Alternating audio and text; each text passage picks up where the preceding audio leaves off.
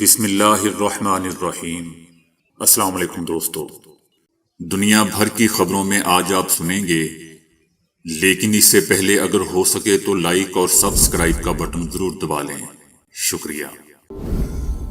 Sweden کی NATO رکنیت کے لیے یورپی یونین کو ہماری بات ماننی پڑے گی۔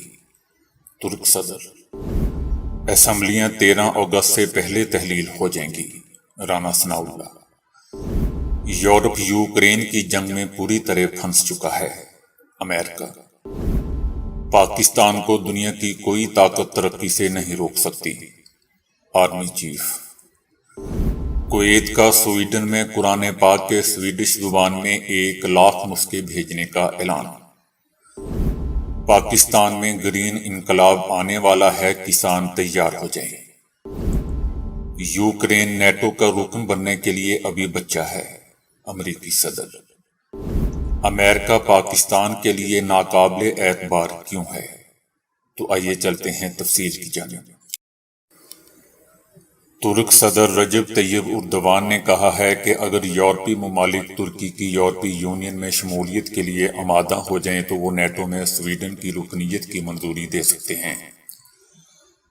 ترک صدر نے مغربی فوجی اتحاد نیٹو میں سویڈن کی رکنیت ترکی کے یورپی یونین کا حصہ بننے سے مشروط کی ہے۔ طیب اردوان کی جانب سے یہ بیان دوستو ایسے وقت میں سامنے آیا ہے جب وہ نیٹو کے اجلاس میں شرکت کے لیے روانہ ہو رہے ہیں۔ اردوان کا کہنا تھا کہ ترکی 50 سال سے یورپی یونین کے دروازے پر انتظار کر رہا ہے اور نیٹو کے تقریباً تمام رکن ممالک یورپی یونین کے رکن بن چکے ہیں۔ دوستو یاد رہے کہ اس سے پہلے رجب طیب اردوان نے امریکی صدر جو بائیڈن سے ٹیلی فونک رابطہ کیا تھا، جس میں انہوں نے جو بائیڈن سے نیٹو اجلاس میں ترکی کے یورپی یونین میں شامل ہونے پر تمام نیٹو رہنماؤں کو واضح حمایت کا مطالبہ کیا تھا۔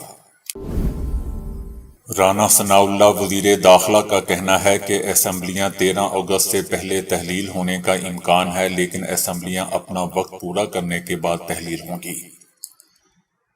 انتخابات کی تاریخ دینا الیکشن کمیشن کا کام ہے۔ اگر سہولت درکار ہوگی تو اسمبلیاں 13 اگست سے پہلے تحلیل ہو سکتی ہیں۔ جب تحریک عدم اعتماد کامیاب ہوئی تو ہمارا صاف موقف تھا کہ ہمیں انتخابات کی طرف جانا چاہیے۔ ہم نے دوسرے اتحادیوں کے موقف کے ساتھ متفق ہو کر راضی ہوئے کہ ٹھیک ہے، ملک کو پہلے ڈیفالٹ کی صورتحال سے محفوظ کیا جائے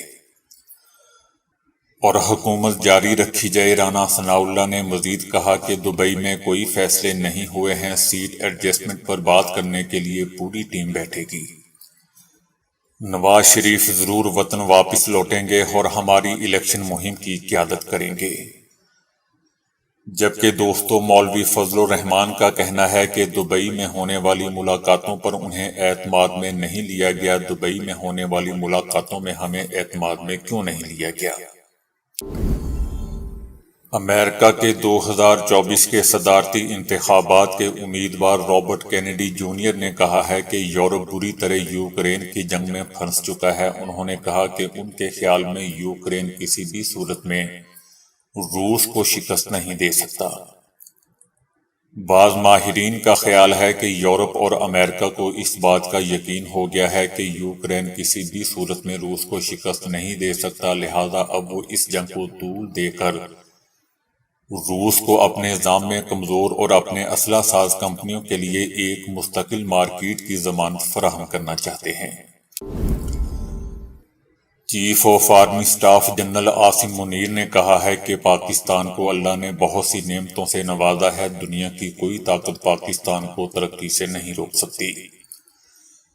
گرین پاکستان سیمینار میں آرمی چیف نے خطاب میں کہا کہ ہم سب یہاں پاکستان کو ایک بار پھر سرسبز کرنے کے لیے جمع ہوئے ہیں۔ ہم صلاحیت قوم ہیں، ضرورت صرف اس امر کی ہے کہ ہم مل کر اس کی ترقی میں حصہ ڈالیں۔ انہوں نے کہا کہ ہم پاکستان کی معاشی ترقی کے لیے بحیثیت ادارہ مکمل جانفشانی کے ساتھ اس مرحلے کی تکمیل کے لیے ہر ممکنہ تعاون کا یقین دلاتے ہیں۔ اللہ کی رحمت سے مایوس نہ ہوں، اللہ کی رحمت سے صرف کافر مایوس ہوتے ہیں۔ آرمی چیف نے کہا کہ مسلمانوں کے لیے دو ہی حالتیں ہیں، جب اس پر مصیبت آتی ہے تو وہ صبر کرتا ہے، جب خوشی ملتی ہے تو وہ شکر کرتا ہے۔ مسلمانوں کے لیے نا امیدی اور مایوسی کفر ہے۔ انہوں نے کہا کہ پاکستان نے ترقی کی منازل طے کرنی ہے اور دنیا کی کوئی طاقت پاکستان کو ترقی کرنے سے نہیں روک سکتی۔ انشاءاللہ ہمارے پاس ہر طرح کی صلاحیت موجود ہے جو پاکستان کو عروج پر لے جائے گی۔ کویت سویڈش زبان میں قرآن پاک کے 1,00,000 نسخے شائع کرے گا۔ کویت نے قرآن کریم کے ترجمہ والے 1,00,000 نسخوں کی طباعت اور اشاعت کا اعلان کر دیا ہے۔ اشاعت کے بعد ان نسخوں کو سویڈن میں تقسیم کیا جائے گا۔ قرآن پاک شائع کرنے کا فیصلہ اسلامی رواداری اور اقدار کو فروغ دینے کے لیے کیا گیا ہے۔ دوستو، جون 28 تاریخ کو عید الاضحیٰ کے پہلے دن سویڈن میں ایک ملعون عراقی شہری نے قرآن پاک کی بے حرمتی کی تھی۔ عراقی حکومت ملعون شخص کی گرفتاری کے لیے وارنٹ جاری کر چکی ہے اور گرفتاری کے لیے انٹرپول سے رابطہ کیا ہے۔ فوڈ سیکیورٹی سیمینار سے خطاب میں وزیر اعظم نے کہا ہے کہ کئی خلیجی ملک پاکستان میں زراعت کے شعبے میں سرمایہ کاری کے لیے تیار ہیں۔ پاکستان میں 1960 کے بعد دوسرا سبز انقلاب آ رہا ہے۔ زرعی معیشت 1 سے 2 سال میں بحال ہو جائے گی۔ 4 سے 5 سال میں 30 سے 40 ارب ڈالر سرمایہ کاری آنے کی توقع ہے۔ 40 لاکھ لوگوں کو روزگار ملے گا۔ زرعی انقلاب کے لیے قومی قیادت ایک پیج پر آ گئی ہے۔ وزیر اعظم شہباز شریف نے کہا کہ پاکستان مزید قرضے لینے کا متحمل نہیں ہو سکتا۔ عوام کو نہیں پتا کہ دوست ملکوں سے کیسے منتیں ترلے کر کے قرض لیا جاتا ہے۔ کسانوں کو ہر قیمت پر سہولتیں فراہم کی جائیں گی۔ انتخابات کے بعد جو بھی حکومت آئے گی اس کے ساتھ مل کر کسانوں کی بھرپور مدد کریں گے۔ شہباز شریف نے مزید کہا کہ سیاسی استحکام نہ ہو تو باہر کی تو دور کی بات مقامی سرمایہ کاری بھی نہیں ہوتی۔ کوئی سرمایہ کار کسی ملک میں سرمایہ کاری سیاسی استحکام کے بغیر نہیں کرتا۔ گلف ریاستیں 40 ارب ڈالر کی اجناس مختلف ممالک سے منگواتے ہیں۔ محنت کی تو 1-2 سال میں زراعت بہتر ہوگی، پھر کسی کو دیگر ممالک سے پیسے نہیں مانگنے پڑیں گے۔ صدر جو بائیڈن نے CNN سے گفتگو میں بتایا ہے کہ میرے خیال میں یوکرین کی نیٹو میں شمولیت کے لیے ووٹنگ کا مطالبہ کرنا قبل از وقت ہے۔ نیٹو میں اس بارے میں اتفاق رائے نہیں ہے کہ آیا یوکرین کو نیٹو میں شامل کرنا ہے یا نہیں۔ امریکی صدر کا مذکورہ بالا بیان دوستو ایسے وقت میں سامنے آیا ہے جب وہ نیٹو کے سربراہی اجلاس میں شرکت کرنے والے ہیں، جہاں یوکرین کی رکنیت کے ساتھ ساتھ سویڈن سے متعلق بھی بات چیت کی جائے گی۔ انہوں نے مزید کہا کہ میرے خیال میں ہمیں یوکرین کے لیے کوئی اور راستہ نکالنا ہوگا جس سے نیٹو میں شامل ہونے کے لیے اس کوالیفائی کیا جا سکے۔ نیٹو ممبران کی ذمہ داری ہے کہ وہ ایک دوسرے کا دفاع کریں، لیکن یوکرین فی الحال حالت جنگ میں ہے اور اسے ان حالات میں نیٹو میں شامل کرنا شاید صحیح فیصلہ نہیں ہوگا۔ پاکستان اور امریکہ کے درمیان تعلقات ہمیشہ سے ہی غیر مساوی اور اتار چڑھاؤ کا شکار رہے ہیں۔ آزادی کے بعد سے ہی پاکستان نے اپنی حفاظت اور بھارتی خطرے سے خود کو دور رکھنے کے لیے فوجی اور اقتصادی امداد کے لیے خود کو امریکہ پر منحصر پایا ہے۔ 1962 میں امریکی جاسوس طیارہ جس نے پشاور کے قریب بوڈابیر گاؤں میں CIA کی خفیہ ایئر بیس سے اڑان بھری تھی، روس کے اوپر مار گرایا گیا، جس کے بعد پیدا ہونے والا سنگین بحران پاکستان اور سوویت یونین کی دیرینہ دشمنی کا باعث بنا۔ جب تعلقات میں بہتری کے لیے پاکستان کے اس وقت کے صدر جنرل ایوب خان نے 1965 میں روس کا دورہ کیا تو امریکہ نے پاکستان کی حیثیت کو اتحادی سے کم کر کے ٹیکٹیکل اتحادی کر دی۔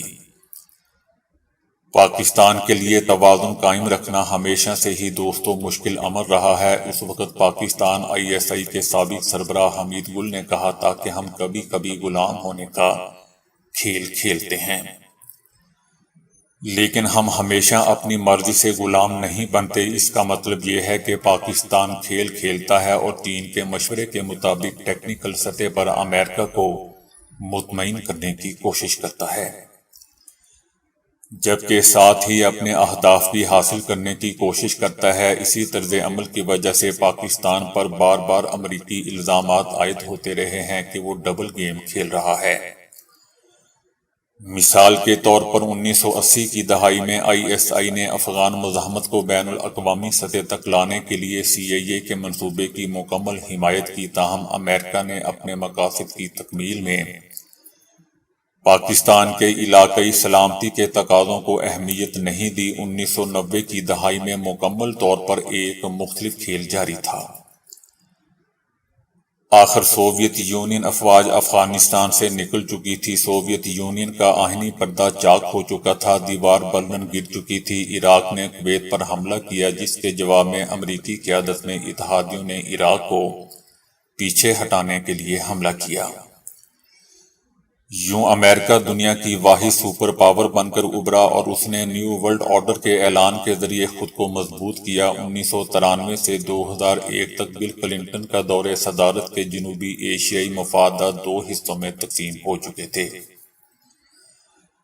کلنٹن کا پہلا مفاد پاکستان کو قربانی کا بکرا بنا کر بھارت کے ساتھ بہتر تعلقات کو فروغ دینا تھا، اور دوسرا پاکستان کو جوہری طاقت بننے سے روکنا تھا۔ پاکستان کے بھارت سے متعلق نقطہ نظر کو نظر انداز کرتے ہوئے امریکہ نے چائنا کے بارے میں بھارت کے موقف کو بآسانی قبول کر لیا۔ بقول general Pervez Musharraf, Soviet Union کے ٹکڑوں کے بعد افغانستان سے انخلا کے بعد امریکیوں نے ہمیں مصیبت میں چھوڑ دیا۔ 30 لاکھ افغان مہاجرین کے لیے ایک مستحکم افغانستان کی ضرورت تھی، جسے پاکستان نے اسے اپنے طریقے سے سنبھالنے کی کوشش کی۔ پاکستان کا دفتر خارجہ 1997 میں طالبان کی حکومت کو تسلیم کرنے کے خلاف تھا، لیکن ایسا کرنے کے لیے ISI نے انہیں مجبور کیا۔ 1990 کی دہائی میں ہندوستان اپنی تباہ کن معیشت کو ٹھیک کرنے کی کوشش کر رہا تھا، اور امریکہ پاکستان کی قیمت پر اس کی طرف متوجہ ہوا۔ پاکستان پر اس کے جوہری تجربے کی وجہ سے پابندیاں عائد کی گئیں، جس نے پاکستان کی پریشانیوں کو مزید بڑھا دیا۔ اس سے پہلے جب تک کہ افغانستان میں پاکستان کی مدد کی ضرورت باقی نہ رہی، 70 کروڑ ڈالر کی امریکی امداد جو وعدہ کی گئی تھی، اسے معطل کر دیا گیا۔ یہی وجہ تھی کہ 28 F-16 طیاروں اور دیگر فوجی ساز و سامان جس کی ادائیگی پہلے ہی کر دی گئی تھی، اس کی منتقلی کو روک دیا گیا۔ اس سے دونوں ممالک کے تعلقات میں تلخی پیدا ہوئی۔ اپریل 1998 میں پاکستان نے کم از کم 15 ممالک بشمول امریکہ کو بھارت کے متوقع جوہری تجربات کے حوالے سے باضابطہ طور پر مطلع کیا تھا۔ اس کے باوجود جب 11 اور 13 مئی کو ایٹمی دھماکے ہوئے، اس وقت امریکہ کی توجہ پاکستان کو جوہری دھماکے کرنے کے روکنے پر تھی۔ امریکہ نے ہندوستان کے حوالے سے پاکستان کے خدشات کو اہمیت نہیں دی، یا پھر امریکہ بھارت کے ایٹمی دھماکے نہیں روک سکا، جس کی وجہ سے پاکستان کے پاس اسی مہینے کے آخر میں ایٹمی دھماکے کرنے کے علاوہ کوئی چارہ نہیں بچا تھا۔ 1999 کے وسط میں کارگل جنگ اور اکتوبر 1999 میں مارشاللہ یکے بعد دیگرے ہونے والے ان تین واقعات نے امریکہ کو مزید دور کر دیا، یہاں تک کہ جب بل کلنٹن نے 2000 میں جنوبی ایشیا کا دورہ کیا، تب انہوں نے بھارت میں 5 دن جبکہ اسلام آباد میں بمشکل 5 گھنٹے ہی گزارے۔ اکثر ریسٹورنٹس میں آنے والے لوگ بہت زیادہ کھانا آرڈر کرنے کے بعد اسے بچا دیتے ہیں، اور یہ کھانا عموماً ضائع ہو جاتا ہے۔ ریسٹورنٹس کے علاوہ بھی ہمارے اپنے گھروں میں کھانا بچ جاتا ہے اور ہم اسے پھینک دیتے ہیں۔ اسی طرح اگر ہم روزانہ ضائع ہونے والے کھانے کا جائزہ لیں تو یہ سن کر حیران رہ جائیں گے کہ اگر یہ کسی شخص کے پیٹ میں چلا جائے تو اس سے کتنے لوگوں کی بھوک ختم ہو سکتی ہے۔ حال ہی میں اقوام متحدہ کی جانب سے کھانا ضائع کرنے کے حوالے سے ایک تازہ ترین رپورٹ پیش کی گئی ہے۔ اقوام متحدہ کے اعداد و شمار کے مطابق دنیا بھر میں لوگ سالانہ 1 ارب ٹن کھانا ضائع کرتے ہیں۔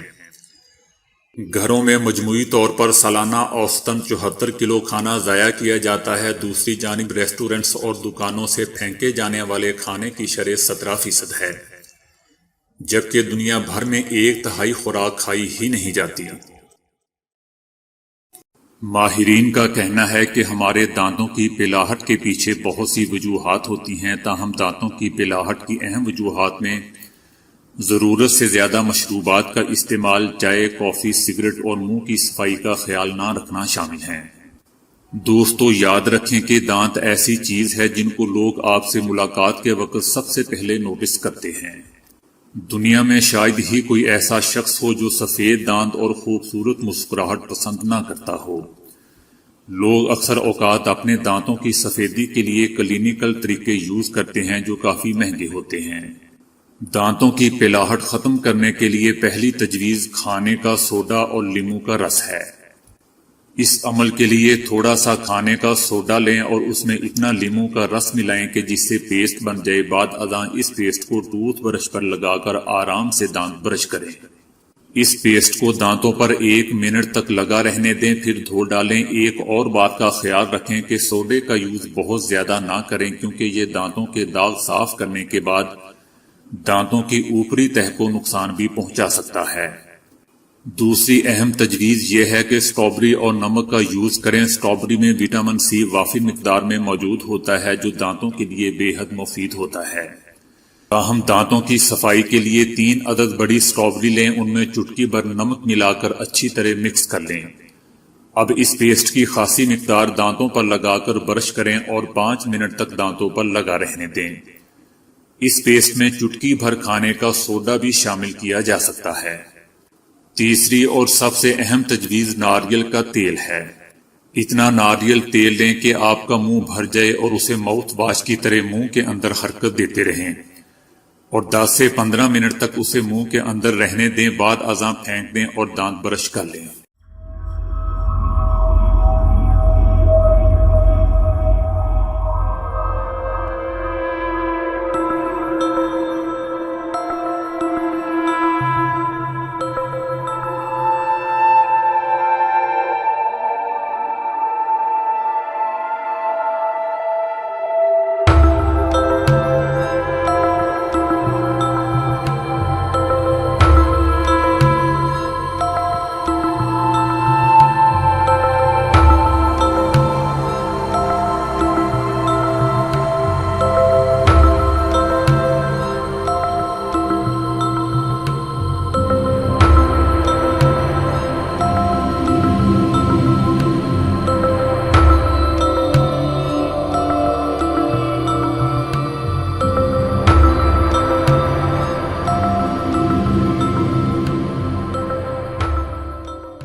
تو دوستو، ابھی کے لیے اتنا ہی۔ ویڈیو کو لائک اور شیئر کرنے کا بہت بہت شکریہ۔